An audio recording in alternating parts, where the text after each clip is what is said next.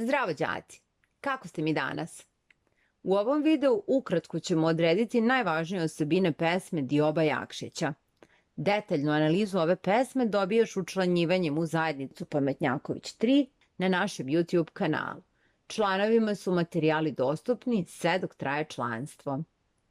Najpre za svako delo odredimo književni rod i književnu vrstu.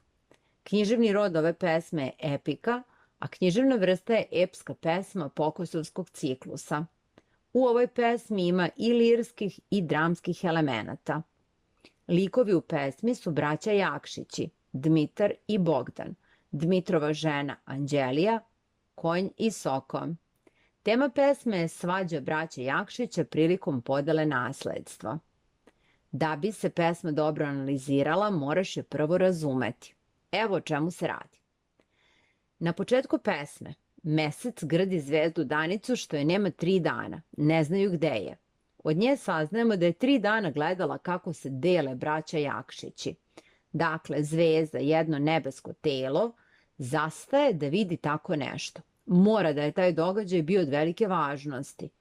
Ili su Jakšići značajna porodica. Dakle, braća dele imovinu, Srbiju, i podelili su zemlje bez problema. Problem je nastao kada je Dmitar, stariji brat, zahtevao da dobije očevog konja i sokola koji su epski atributi junaka.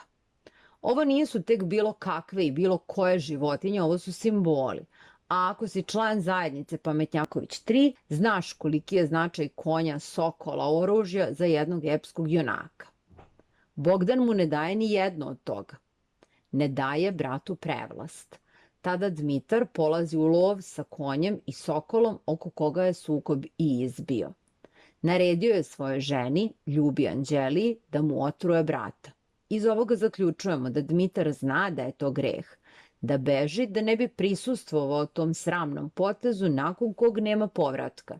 To je kulminacija pesme. Sledi njena tužbalica iz koje saznajemo koliko je njena situacija bezizlazna. Ili da otruje devera, što je nedopustivo, to je greh koji joj ni društvo ni Bog ne bi oprostili. Ili da odbije da posluša muža, što takođe u jednom patrijarhalnom društvu ona ne može i ne sme. Šta god da uradi, pogrešno je. Ali ona smišlja sledeće. Odlazi u podrume, uzima svoju čašu molitvenu i nosi je deveru Bogdanu. To je čaša od čistog zlata koju mlada donosi iz roditeljske kuće. Iz nje svatovi piju vino na venčanju. Dakle, ova čaša je nešto kao relikvija.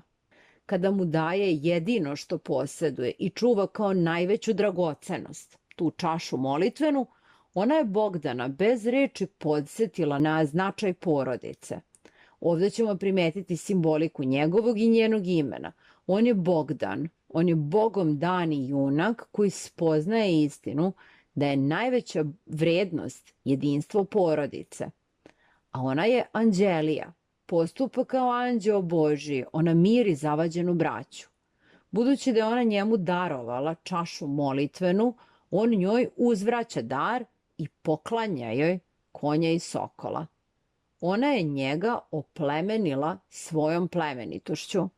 Dok se ova drama dešava u dvoru, Dmitar, koji je pokretač cele akcije, nalazi se u lovu. On ne zna šta se u dvoru desilo. On je u tom trenutku još uvek negativac, nosilac zla. On je poželeo bratu ubistvo. Kao neki junak iz bajke odlazi na put, prolazi kroz prepreke i preobražava se. I tako preobražen se vraća kući. U jednom trenutku njegov soko se sukobi sa drugom pticom, sa utvom zlatokrilom, koja mu slomi krilo.